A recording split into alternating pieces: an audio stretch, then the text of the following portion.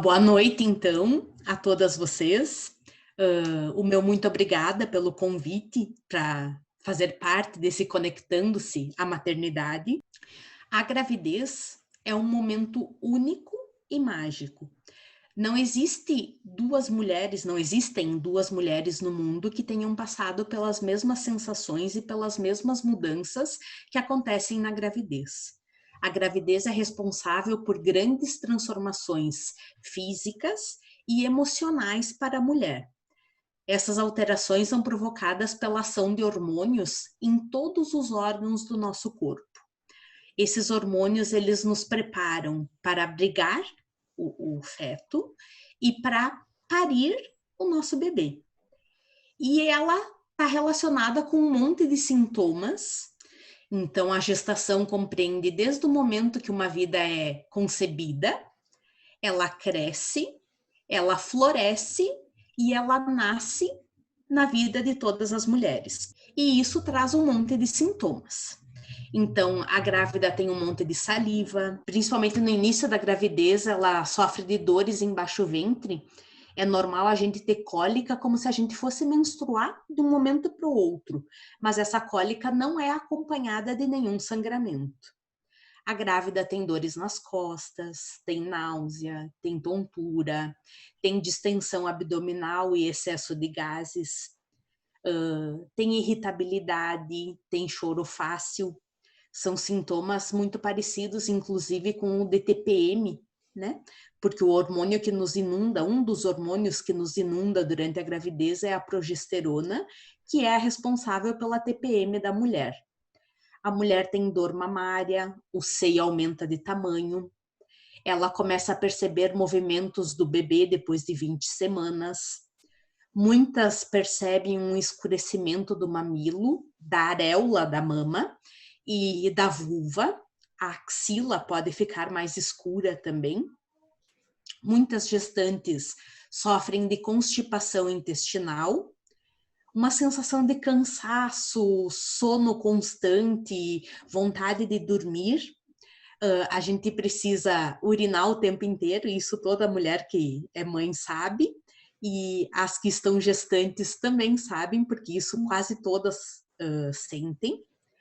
Variações de humor, pode surgir acne no rosto e nas costas, e um corrimentozinho vaginal em pouca quantidade, branquinho, sem cheiro, sem coceira e sem ardência na vagina. Esses são os sintomas mais comuns e são sintomas normais da gestação. O que não é normal a gente ter?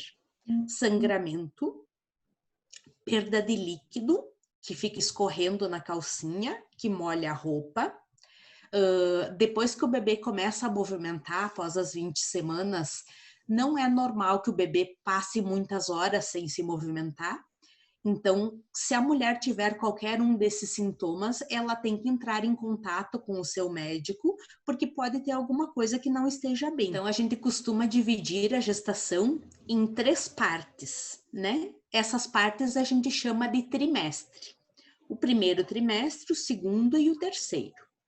O primeiro trimestre é o mais importante da gravidez, porque é onde está formando todos os órgãos e os tecidos do embrião.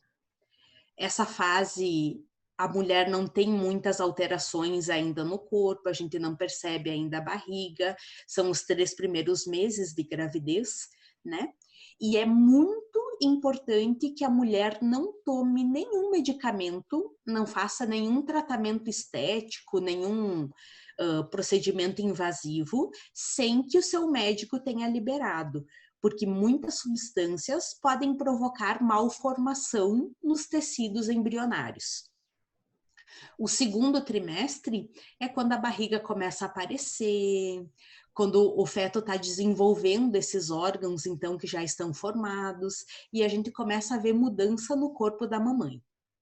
O terceiro trimestre é o mais desconfortável e é o mais importante também. Está relacionado com o amadurecimento dos órgãos fetais, porque desde o primeiro trimestre o bebê já tem todos os órgãos formados, mas esses órgãos ainda não estão prontos para funcionarem sozinhos. No terceiro trimestre é que esses órgãos amadurecem para que eles possam executar as suas funções depois que a mulher der à luz. A mãe fica pesada, né? O caminhar fica cansativo, a gente sente muitas dores, sente muitas dificuldades, e isso tudo é normal no terceiro trimestre. O que não é normal são contrações muito frequentes. O que é o muito frequente? De 10 em 10 minutos, de 5 em 5 minutos. Isso a gente tem que ficar alerta para parto prematuro, né? Sangramento e perda de líquido. Essas coisas não são normais, então. Durante a gestação, falando em pré-natal, a gente divide as mulheres em pré-natal de risco habitual ou baixo risco e as mulheres que têm uma gravidez de alto risco. Esse alto risco quer dizer que a mulher está mais suscetível a ter complicações durante a gravidez ou durante o parto. Complicações para ela ou complicações para o bebê. Por idade da mãe, uma gestação na adolescência é considerada de alto risco, ou uma gestação depois dos 35 anos também é considerada de alto risco. Por doenças maternas, né? Uma mãe que tenha pressão alta antes de engravidar, que tenha diabetes antes de engravidar, que tenha problema nos rins antes de engravidar. E também pode acontecer por complicações que surgem durante a gestação, como diabetes gestacional, que costuma surgir no segundo trimestre, como a pré-eclâmpsia, a hipertensão gestacional, né? Ou o hipotireoidismo. A nossa importância de começar o pré-natal cedo, como eu falei no primeiro trimestre, é o trimestre que os órgãos fetais estão se desenvolvendo, estão se formando. Quanto mais cedo a gente descobrir que está grávida, mais cedo a gente começa a ter cuidados para que essa formação dos órgãos fetais seja a mais perfeita possível. Existe um remedinho chamado ácido fólico que toda mulher deve usar nos primeiros 3 meses da gravidez, de preferência antes ainda de engravidar. Então, ele faz ser importante que a gente descubra a gravidez precocemente. A mulher tem que fazer exames de laboratório, né, no que descobre que está grávida, no segundo trimestre e no terceiro trimestre. Tem que ter uma alimentação equilibrada, uma alimentação colorida, vários legumes, verduras, frutas, tudo bem lavado, tudo bem higienizado pelo risco de pegar alguma verminose ou até mesmo toxoplasmose. A mulher tem que tomar as vitaminas que o médico prescreve, né? Essas vitaminas são importantes para o desenvolvimento do embrião.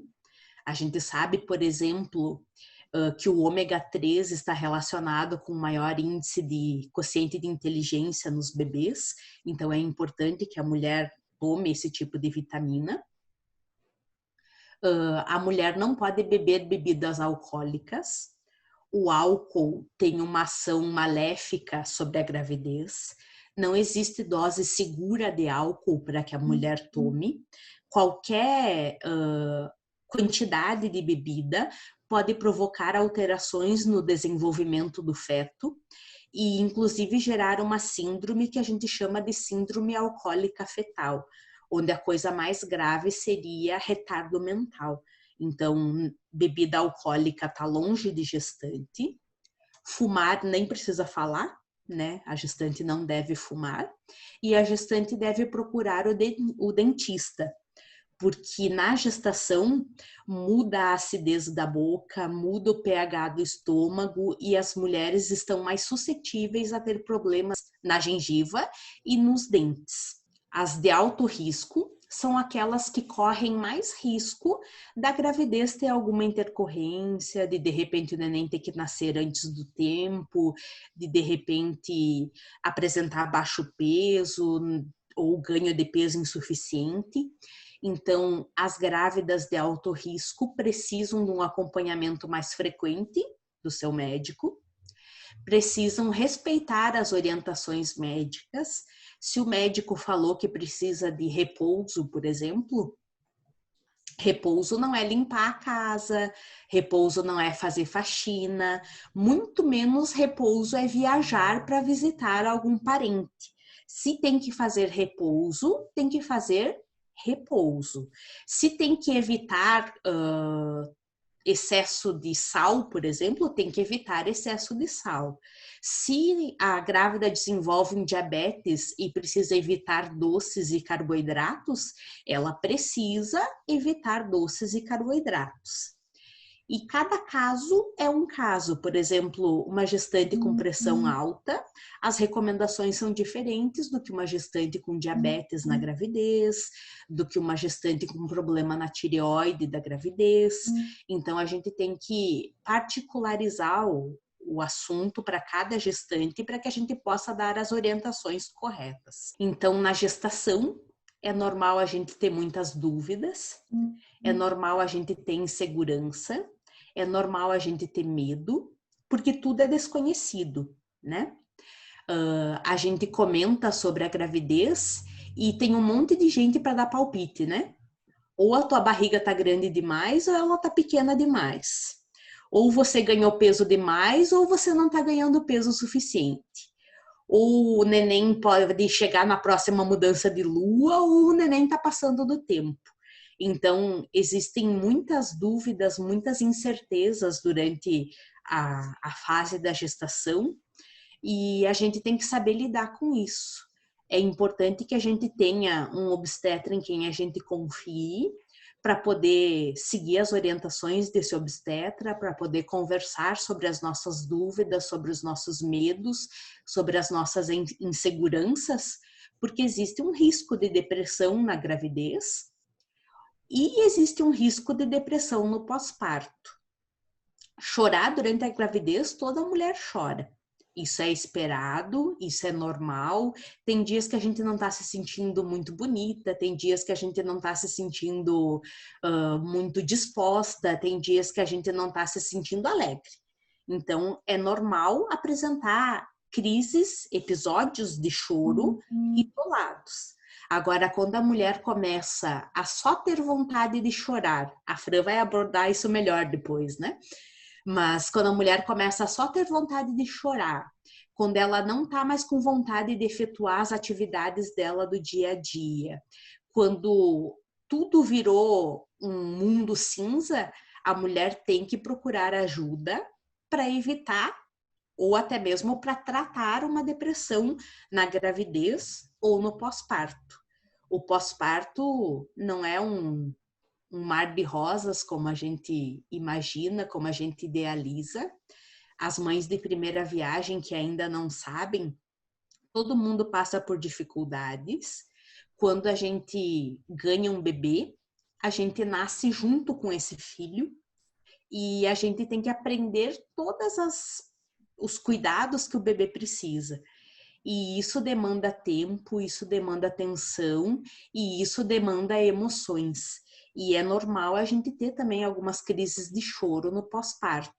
Mas quando a gente percebe que a gente não está com vontade de cuidar do bebê do jeito que deveria, como a gente quer delegar funções, deixar que o bebê seja cuidado mais por outras pessoas do que pela gente, também a gente tem que procurar ajuda, porque alguma coisa não está legal. A hora do nascimento é outro momento que nos deixa angustiado, que nos deixa com medo, que nos deixa inseguros, né?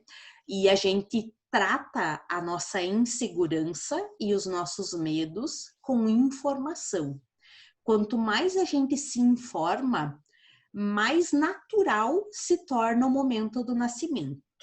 E muitas vezes a gente vê mulheres escolhendo a cesárea, por exemplo, achando que não vai sentir dor, quando na verdade isso é um mito, né? A cesárea é uma cirurgia de médio porte e como cirurgia ela tem uma série de possíveis complicações e de recuperação, né? O parto normal tem uma recuperação materna muito mais rápida. A mulher, se quisesse levantar e sair caminhando depois de parir, ela conseguiria, porque é a maneira natural do bebê chegar ao mundo, né? Durante o parto normal, a mulher apresenta um sangramento muito menor, ela tem um tempo de internação menor, né? No Brasil, por exemplo, a gente fica 24 horas internada após um parto normal. Após uma cesariana, tem que ficar pelo menos 48, então é o dobro do tempo, né? Menos chance de problema respiratório para o recém-nascido. Durante a contração, o útero se aperta e aperta o tórax do bebê e estimula que o líquido que está no ambiente fetal seja expelido pelos pulmões. Então, a respiração do recém-nascido, nascido de parto normal, é muito mais eficaz do que a da cesárea, né? Da cesárea tem mais chance de a gente precisar de aspiração, que é um procedimento que a gente tenta não fazer mais no bebê hoje em dia, mas na cesárea pode ser necessário. O parto normal tem uma taxa muito menor de infecção, porque não existe uma cirurgia, não existe um corte, não existe a necessidade de asepsia tão grande, né? E o leite desce com muito mais rapidez, com muito mais velocidade, né?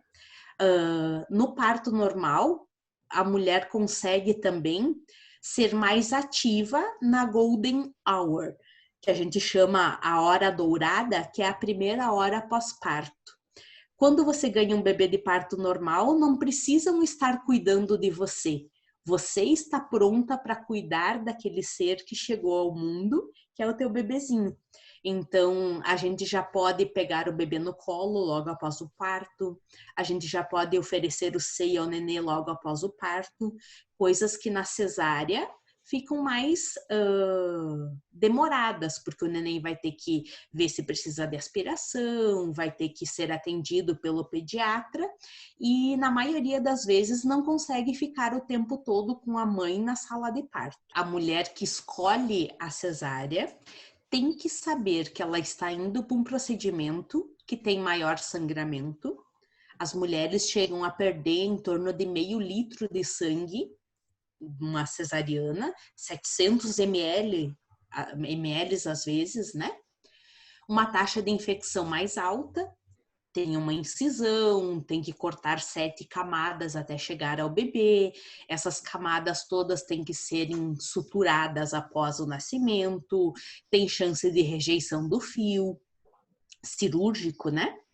A descida do leite é mais demorada, e tem maior taxa de problema respiratório no recém-nascido, que eu já falei. Então, eu sou totalmente a favor de que a mulher tenha o direito de escolha. Só que antes de escolher, a mulher tem que saber o que ela está escolhendo. O parto normal não foi criado ao acaso. A mulher que opta por cesárea tem que saber que ela está optando por um plano B, por uma segunda opção e por uma recuperação mais difícil.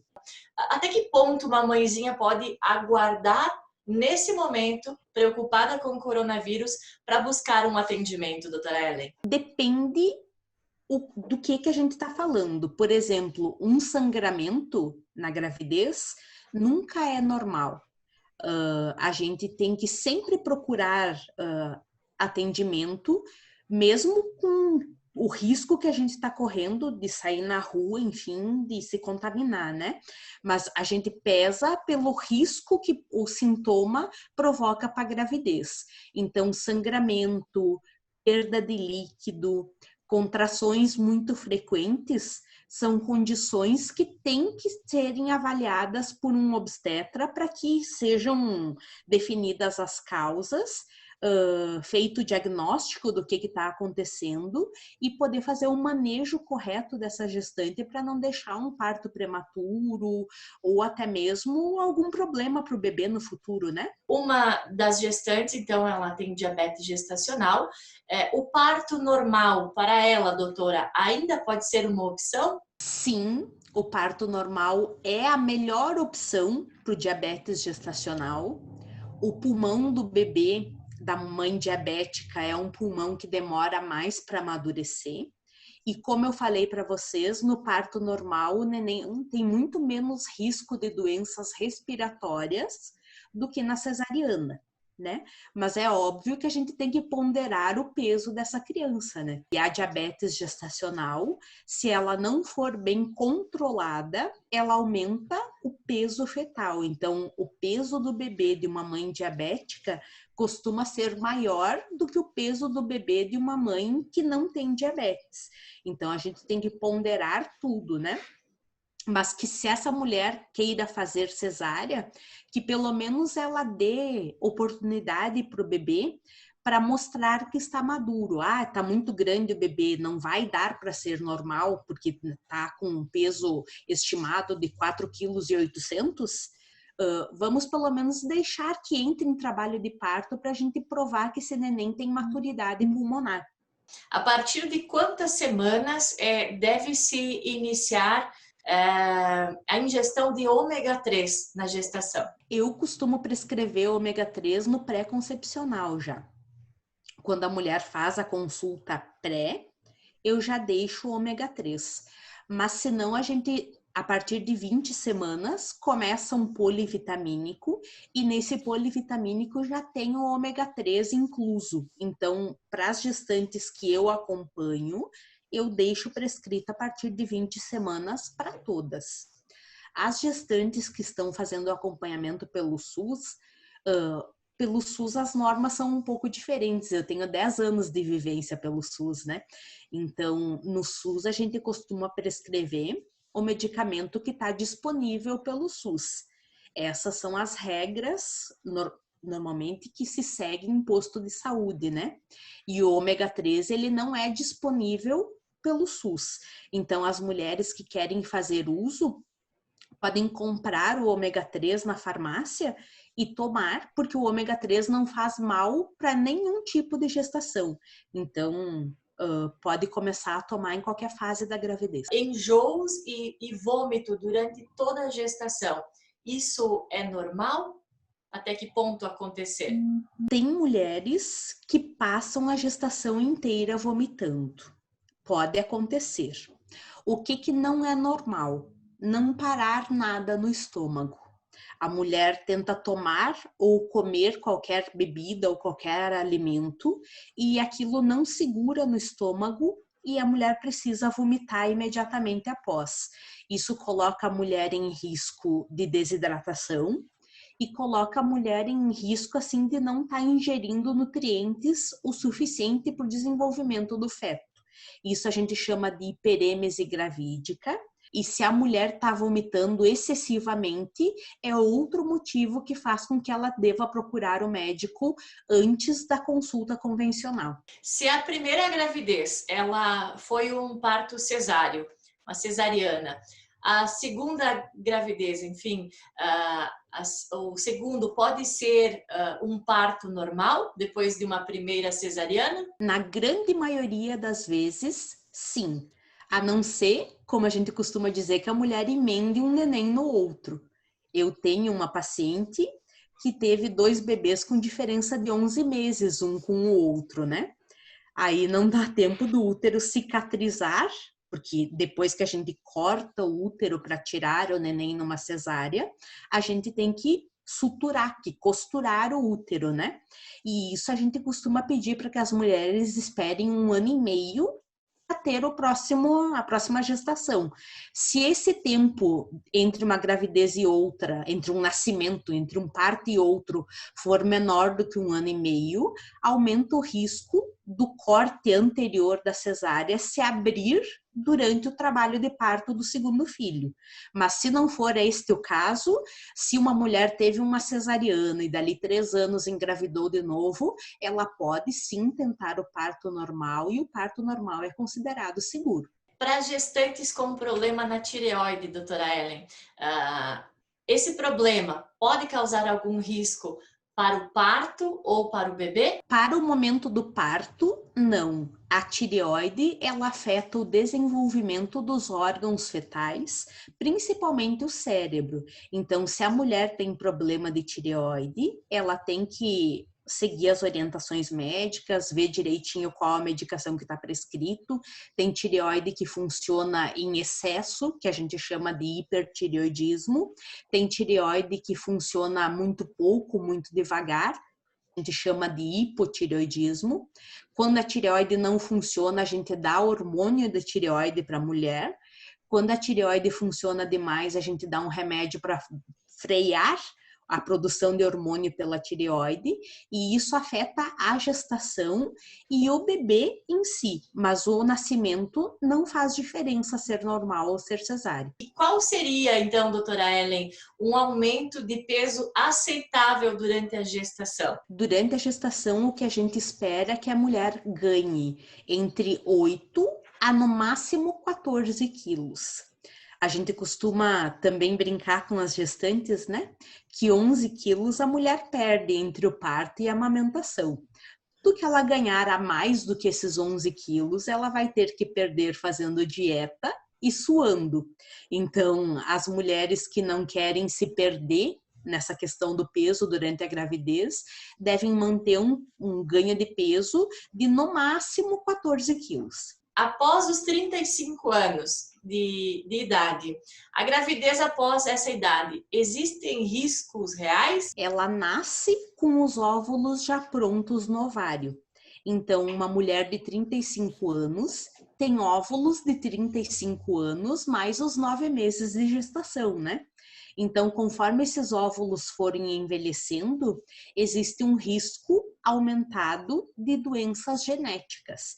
Então, síndrome de Down, síndrome de Patot, síndrome de Edwards, são maiores conforme a idade da mãe for maior. A gente vê muita gestação após os 35 anos, mas a mulher que deixa para engravidar depois dos 35 anos, ela é, em primeiro lugar, uma pessoa mais suscetível a ter problemas de saúde, né? Por exemplo, a pressão alta, conforme o passar dos anos, aumenta o risco da pessoa desenvolver. O diabetes, com o passar dos anos, aumenta o risco da pessoa desenvolver. Então, tem o risco das doenças da mulher e tem o risco genético de doenças para o feto. Né? Então, esses são os reais motivos da gente aconselhar que pelo menos a primeira gravidez aconteça antes dos 35 anos. Sempre será feita uma episiotomia no parto normal? A nossa ideia seria que nunca fosse feita uma episiotomia durante um parto normal. Né? Para quem não sabe, gente, episiotomia é um corte feito entre a vagina e o ânus na hora do nascimento do bebê. Tá? A episiotomia já caiu em desuso. Durante muito tempo, acreditou-se que a episiotomia conseguia proteger o períneo da mulher de lacerações, de bexiga caída, de lesão no plexo anal, mas agora a gente já sabe que um parto bem conduzido, com calma, com tranquilidade, na grande maioria das vezes não precisa de episiotomia. Então, a episiotomia ela fica reservada para casos principalmente de sofrimento fetal. Quando o bebê, durante o trabalho de parto, começa a ter os seus batimentos cardíacos muito reduzidos, significa que ele não está recebendo oxigênio suficiente. Então, a gente tem que acelerar esse parto. Se a dilatação da mulher está completa, a gente tenta o parto normal. E nessas mulheres há um risco maior de precisar fazer episiotomia. E se a dilatação não está completa, então a gente vai para cesariana, né, para o sofrimento fetal.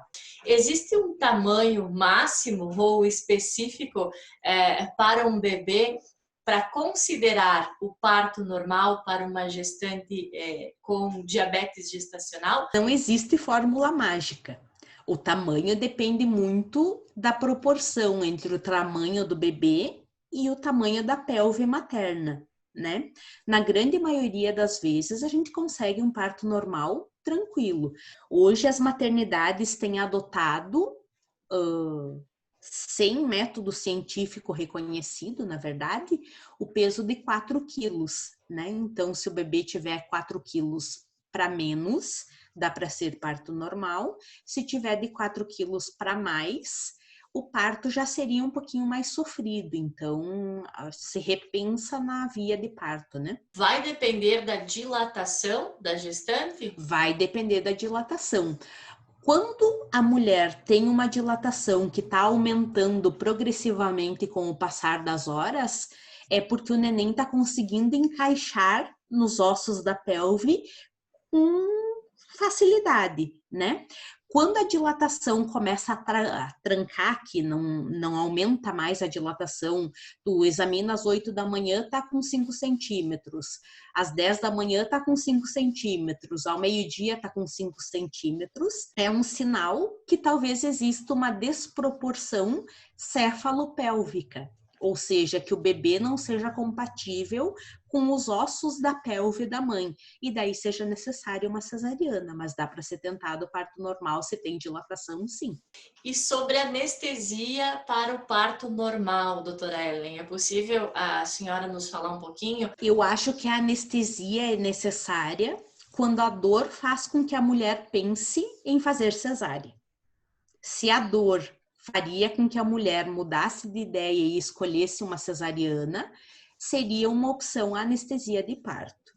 A anestesia na hora do parto, ela é feita de várias técnicas, a mais comum é a epidural, onde o médico coloca um catéter na coluna da mulher e faz um anestésico ali, e a mulher perde a sensibilidade. Então, a mulher não tem mais a dor da contração, não sente mais os movimentos do neném, não sente mais a contração, mas isso tudo continua acontecendo. Então, o anestesista monitora as contrações para auxiliar a mulher na hora de fazer força, porque quando tem um parto espontâneo sem a anestesia, na hora da contração, a mulher também tem vontade de fazer força. A própria contração dá para a mulher a vontade de fazer força.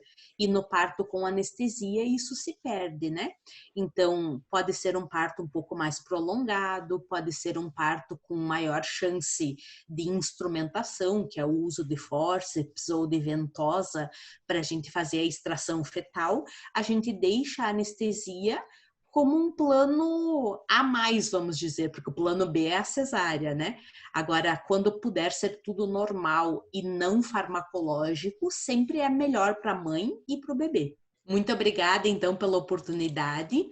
Desejo a todas uma excelente gestação e uma ótima hora. Que o nascimento seja abençoado e que os bebês sejam abençoados, principalmente com muita saúde.